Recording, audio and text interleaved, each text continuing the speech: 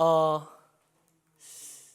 사람이 짐승보다 귀하다. 짐승이 우리하고는 좀 다르다. 우리는 그 사람이 부유하든 혹은 가난하든 높든 혹은 낮든 그 사람의 가치는 그가 가진 지혜와 지식과 부유함에 따라 좌우되지 않는다라고 하는 생각을 우리가 가지고 있습니다. 근데 과연 그러한가 말입니다. 사람이 내가 저 짐승들, 성경에서 이 짐승들을 어떻게 표현하시냐 하면 본래 잡혀 죽기 위하여 난 이성이 없는 짐승이라고 부르거든요. 근데 사람이 그것들하고 다른가 말이에요. 사람들이 그것보다 더 귀한가, 더 존귀한 게 과연 맞는가 말입니다. 최근 들어 흉악한 범죄들에 대한 이야기들, 소식들을 계속 듣습니다. 무던히 길 가던 사람들을 폭행하는 사람들의 이야기를 듣고요. 아비가 딸을 죽이고 어미가 그 아이들을 죽였다 한 소식들을 뉴스를 통해서 듣습니다. 과연 사람은 짐승들보다 더 귀한 거 맞겠나? 성경 속에 보면 짐승같이 살았던 사람들의 이야기를 심심치 않게 듣게 됩니다. 인구가 지나치게, 노예들의 인구가 지나치게 많아지는 것 때문에 아들이 태어나면 빼앗아다가 강에 던졌던 바로 이야기를 우리가 알고요. 자기의 경쟁자가 될 것 같은 왕으로 태어난 아기가 있다 하는 소식을 듣고 그 주변에 2살 이하 아기들을 다 죽였던 헤롯 대왕에 대한 이야기를 우리가 압니다. 뿐만 아니라 인종을 이 저급한 인종들이 있고 그 인종들을 청소해야 되겠다 하는 이상한 사명감에 불타오르던 히틀러를 우리가 압니다. 역사상 가장 많은 사람을 학살했던 스탈린을 우리가 알고요. 가장 최근에 캄보디아에 쿠데타로 정권을 잡은 뒤에 3년 6개월 만에 인구의 7분의 1을 죽였던 폴포트를 우리가 압니다. 사람들이 과연 저 짐승들보다 귀한가 말입니다. 여러분, 여기에 우리가 어떻게 대답하는가에 따라 삶은 통째로 바뀌게 되는 거예요.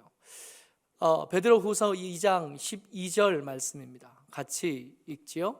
시작. 그러나 이 사람들은 본래 잡혀 죽기 위하여 난 이성 없는 짐승 같아서 그 알지 못하는 것을 비방하고 그들을 멸망 가운데서 멸망당하며. 그러니까 하나님의 말씀이 사람들을 이렇게 지칭하면서 어떤 사람들은 마치 짐승 같다라고 표현하고 계시는 겁니다. 베드로후서 말씀 앞뒤로 다 살피지 않아도 지금 하나님께서 여러분들과 제게 하고자 하시는 말씀이 어떤 사람들은 본래 잡혀 죽기 위하여 난 이성 없는 짐승이에요.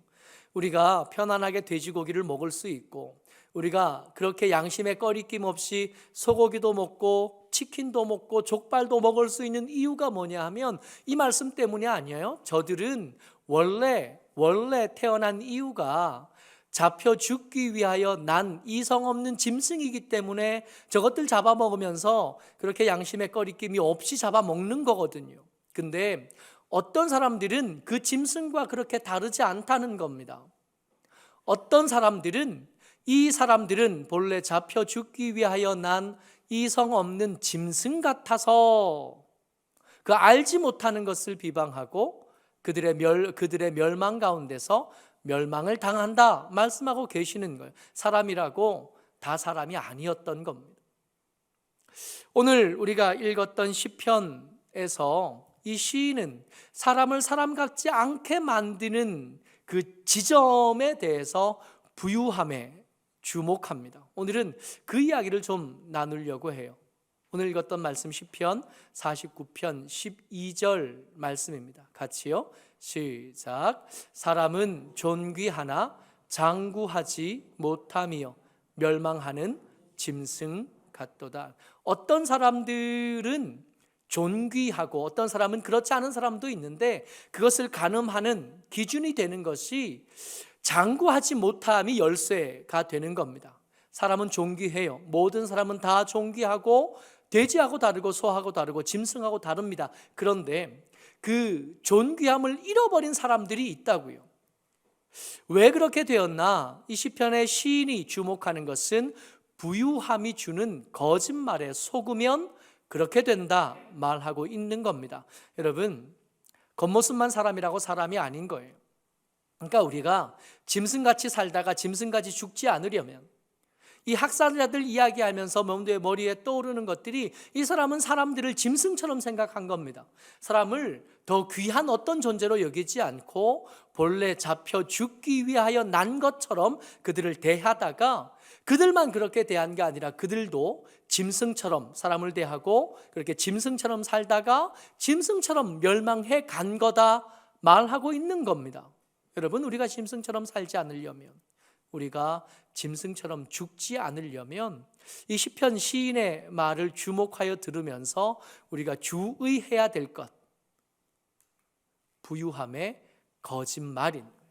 이 부유함의 거짓말에 속으면 사람도, 존귀한 사람도 얼마든지 짐승처럼 살다가 짐승처럼 멸망해 갈 수 있다는 겁니다. 여러분, 부유함 얼마나 좋아요. 목사가 되어서도 이 부유함에 대한 이 소망들은 끊어지지 않거든요. 좀 더 좋은 집이 있었으면 좋겠고, 아이들을 가르칠 때 아이들이 재능이 없어서 지가 안 하겠다고 그런 거야 어쩔 수 있겠습니까마는 저가 할 수 있는데, 저가 하고 싶어 하는데 돈이 없어 못 시키는 일은 없었으면 좋겠잖아요. 그렇게 좋은 음식까지는 바라지 않지만 가진 게 없어서 아이들을 굶게 만드는 일은 없었으면 좋겠잖아요. 이 부유함이 우리에게 정말 필요하고 이 부유함이 우리에게 간절함이 되는 건 맞지만, 이 부유함이 주는 그런 유익한 것들이 많은 중에도 부유함이 하는, 우리에게 주는 거짓말들이 있다는 거예요. 그것들 좀 눈뜨고 살펴봐야겠고 그것들을 기억하고 있어야겠습니다. 그렇지 않으면 짐승처럼 살게 될 거니까요. 그렇지 않으면 짐승처럼 멸망하게 될 거니까요. 이 부유함이 하는 거짓말, 오늘날 첫 번째 꼭지는 뭐냐 하면 우리에게는 모자람이 없다라고 말한다는 거예요. 부유함이 여러분들과 제게 하는 가장 흔하고 가장 우리가 귀가 솔깃한 말이 뭐냐 하면 우리에게는 부족함이 없다는 거예요. 이 부유함을 가지면 모자란 게 없고 필요한 모든 것들을 다 얻을 수 있다고 말한다는 겁니다. 여러분, 이것에 대해서 아니다 라고 말할 수 있을까요? 그렇지 않아요. 우리가 원하는 거의 대부분의 것들이 돈이 있으면 구할 수 있는 것들입니다. 우리가 지금 기도 제목으로 붙잡고 있는 여러 가지 것들을 한번 이렇게 살짝 꼽아보세요. 마음속으로 이렇게 꼽아보면 돈이 있으면 해결될 것들 이렇게 하나씩 펴보자고요. 몇 가지나 남아요. 돈이 없어서 못 구하던 것, 돈이 부족해서 구할 수 없던 것들이 우리 기억 속에 너무 많고 그것들이 우리에게 기도 제목이 되어지고 있는 것 아니다라고 말하지 못하겠는 거예요. 근데 그럼에도 불구하고 돈이면 많은 것을 구할 수 있지만 그럼에도 불구하고 돈으로 절대 사지 못할 것들이 있다는 거예요. 부유함이 우리에게 거짓말을 하는데 어떤 거짓말을 하냐 하면 이 부유함만 있으면 전부 다 살 수 있고 부족함이 없다라고 말하는데, 이 일에 대해서, 이 부유함의 말에 대해서 성경이, 시편이 우리에게 주시는 말씀이 정말 이게 재미있어요. 8절입니다. 같이 한번 읽어요. 시작. 그들의 생명을 속량하는 값이 너무 엄청나서 영원히 마련하지 못할 것임이니라. 뭐라고 말씀하시냐면 돈이 가지는, 이 부유함이 가지는 특장점 중에 하나가 뭐냐 하면 부족함이 없게 하는 것이 돈이거든요. 이 돈이 많으면 얼마든지 필요한 것들을 다 살 수 있다고 말하는 것들이 이 돈인데, 성경이 오늘 우리가 읽은 시편이 뭐라고 말하냐면 정작 그들의 생명을 구하는 것, 그들의 생명의 값을 치르기 위한 속전은 너무 비싸서 못 산대요. 돈이 가진 가장 최고의 장점은 넉넉함이거든요. 근데 그 넉넉함을 자랑하는 돈에 대하여 성경이 뭐라고 말하냐면 생명은 비싸서 못 사. 근데 그 비싸서 못 사는 게 시간을 좀 더 주면 더 많은 부유함을 쌓고 더 엄청난 돈을 쌓으면 이것을 살 수 있다라고 함부로 말할 것 같은 거예요, 성경이. 그래서 성경이 그것에 대해서 못을 받고 이야기하십니다. 그들의 생명을 속량하는 값이 너무 엄청나서 오늘만 마련하지 못하는 게 아니라 내일이나 1년 동안 마련하지 못하는 게 아니라 한 10년, 한 사람의 평생 동안 마련하지 못하는 게 아니라 영원히 마련하지 못할 것임이라 말씀하고 계시는 거예요. 생명이 너무 비싸기 때문에 그 비싼 건 돈으로 못 사, 돈이 모자라 라고 말씀하고 계시는 겁니다. 진 에드워드라는 예수 믿는 작가가 있어요. 이 사람이 책을 쓰는데 책의 제목이 뭐였냐 하면 크리스천에게 못 박히다라는 제목의 책입니다. 예수님이 십자가를 향하여 조금씩 다가가는 모습을 옆에서 그림을 보듯이 이렇게 묘사해 둔 책인데 그 책에 보면 한 챕터, 한 단원이 끝날 때마다 색깔을 달리한 질문을 이렇게 해요. 그래서 예수님을 못 박은 것은 제사장들입니까? 한 걸음 더 가서 그래서 예수님을 십자가에 못 박아 죽인 것은 빌라도입니까? 한 챕터 더 가서 그래서 예수님을 십자가에 못 박은 것은 군사들, 병사들입니까? 그래서 예수님을 십자가에 못 박은 것은 사탄인가요? 여러분 그래요? 여러분 사탄의 권세가 하나님의 권세보다 더 큽니까? 사탄이 권세를 동원하면 하나님이신 예수님을 십자가에 못 박여 죽일 수 있는 건가요? 제사장의 악한 의도가 아무리 치명적이고 치밀한 계획을 세웠다고 해도 그 사람의 계획과 그 치밀한 그런 의도를 가지고 하나님을 죽일 수 있는 겁니까? 병사들은요? 빌라도는요? 예수님을 죽인 게 누굽니까? 진 에드워드가 쓴 크리스천에게 못 박히다의 이 책의 결론은 뭐냐면 결국 하나님이신 예수님을 죽인 것은 그 아버지 하나님이시다. 그 아버지가 아들을 죽였다는 거예요. 왜요? 사람의 생명의 값을 치르기 위해서. 여러분들과 저를 사야겠는데 다른 것들 이것저것들 아무리 많이 동원해도 그 생명의 값을 다 치르지 못하시겠는 거예요. 세상의 땅을 다 가지고 와도 그 한 사람을 못 사겠고 세상의 금을 다 끌어 가지고 와도 그 한 사람을 못 사겠는 겁니다. 그래서 하나님께서 우리의 생명을 사기 위해서 치르신 대가가 그 아들 하나님 예수님의 생명을 대가로 여러분들과 저를 샀다고요. 이거 말씀하시면서 이걸 염두에 두면서 다시 한번 말씀을 보면 부유함이 아무리 많은 것들을 쌓았다고 해도 그 부유함 가지고 우리의 생명 하나를 못 사는 거구나. 다른 이유가 있는 게 아니에요. 그 부유함의 가치가. 아빠 뛰어도 돼? 축구해도 돼. 밑에 아무도 안 사니까. 밑에 기계실밖에 없으니까. 그리고 제 이름으로 된 첫 번째 집을 얻은 거예요. 생긴 거예요. 근데 정말 우스운 게 그 집이요. 제 이름으로 됐으니까 1년에 재산세를 몇만 원씩 내거든요. 그것 말고는 그 집에 대해서 제가 할 수 있는 게 아무것도 없어요. 실소유주는 농협인 거예요. 사는 건 세입자가 살아요. 1년에 한 번씩 재산세를 내는 것 말고는 그 집에 대해서 제가 할 수 있는 게 아무것도 없는. 부유함이 우리에게 속삭입니다. 너희들이 돈을 많이 가지면 다시는 그것 때문에 고민할 일이 없을 거고 그 땅을 네 이름으로 부를 거고 계속 그 부유함을 누릴 수 있게 될 거라고. 근데 정말 그래요? 저는 가난하기 때문에 이런 일을 당한다고요? 아니요. 성경은 그렇게 생각하지 않습니다. 자, 말씀 같이 보죠. 안 넘어가요. 10절 말씀 같이 읽습니다.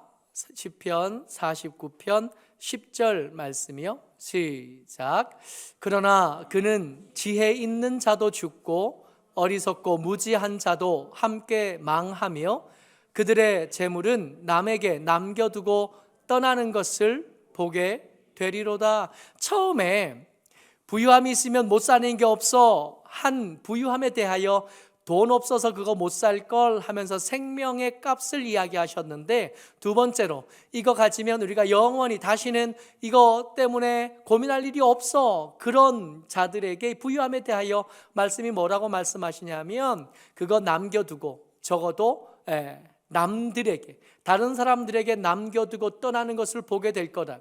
지혜 있는 사람도 그렇고 어리석고 무지한 자도 그렇고 그들의 재물은 영원히 그에게 있는 것이 아니라 잠깐만 그에게 있다가 남들에게 넘겨줘야 될 거라고 말씀하고 계시는 거예요. 이거 아니다, 그렇지 않아, 내 부유함은 영원히 내 거야 라고 말할 사람 우리 가운데 누가 있겠어요? 그 집만 얘기가 아니에요. 그 집 얘기일 뿐만 아니라 우리의 모든 소유에 대하여 다 한결같은 진리인 겁니다. 부유함은 우리가 잠깐 쓰다가 그 기간이 다하면 남에게 넘겨주고 가는 겁니다. 영원히 내가 쓰는 거 아니에요. 이거에 속으면 영원히 내가 쓸 것처럼 생각하고 영원히 내 거라고 생각하다가 그렇게 살다가 보면 짐승처럼 살게 되는 거고 짐승처럼 죽게 되는 겁니다. 세 번째 거짓말이요, 부유함에는 인력이 있대요. 이 인력이라는 말은 뭐냐 하면 화학적이거나 혹은 물리적이거나 떨어져 있는 것을 끌어당기는 힘을 인력이라고 부릅니다. 이 지구에는 인력이 있어요. 그래서 사람들이 땅 위에 이렇게 걸어 다니면서 공중에 뜨지 않고 살아가는 거잖아요.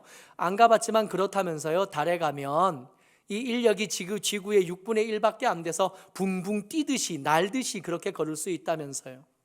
이 사람들에게 주어지는 인력이 각각 조금씩 달라서 저는 제 몸무게만큼의 인력을 지고 사는 거고, 좀 더 가벼운 사람은 더 가볍게, 더 무거운 사람은 더 무겁게 지고 사는 겁니다. 근데 이 부유함에 그 인력이 있대요. 끌어당기는 힘이 있대요. 칭찬도 끌어오고요, 사람도 끌어오고요, 인기도 끌어오는 거예요. 이거 우리 너무 잘 알지 않아요?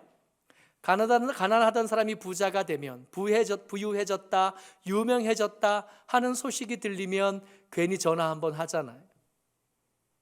괜히 한번 찾아오고 괜히 한번 만날 일들이 생기잖아요. 이건 거짓말이라기보다는 사실이기도 하니까, 이건 거짓말이라기보다는 거품이 굉장히 심하게 끼어 있습니다. 18절 말씀 같이 읽어요. 시작. 그가 비록 생시에 자기를 축하하며 스스로 좋게 함으로 사람들에게 칭찬을 받을지라도, 자, 여기까지요. 다시 한번요. 18절. 그가 비록 생시에 자기를 축하하며 스스로 좋게 함으로 사람들에게 칭찬을 받을지라도요. 여러분, 이 부유함에는 끌어당기는 힘이 있어서 소식이 끊어졌던 사람도 연락이 다시 오고요, 그동안 관계가 나쁘고 소원했던 사람도 다시 친해지게 되고요, 여러 가지 명성과 칭찬을 끌어오게 됩니다. 부산에 내려와서요, 이게 제가 어린 시절을 보냈던 지역이 부산 울산 지역이니까 그동안 알고 지냈던 친구들, 선배들, 후배들, 같이 하나님의 일을 같이 했던 동역자들 여럿 있었거든요. 내려오면서 내려왔으니까 이제 좀 더 자주 볼 수 있게 됐고, 연락하면 교제를 계속 이어갈 수 있겠다 생각했어요. 그래서 여러 사람들에게 전화했습니다. 왔다고, 나 부산에 왔다고, 언제 밥이나 한번 먹자고. 근데요, 저는 이렇게 반갑고 좋아서 이렇게 연락한 건데, 이게 전화를 받는 친구들이 느낌에 안 반가워하는 것 같아요. 이게 연락을 썩 그렇게 좋아하지 않고 연락도 잘 안 되고 그러더라고요. 그러다가 어느 순간 알게 됐어요. 작은 교회 담임 목사의 전화는 부담스럽구나.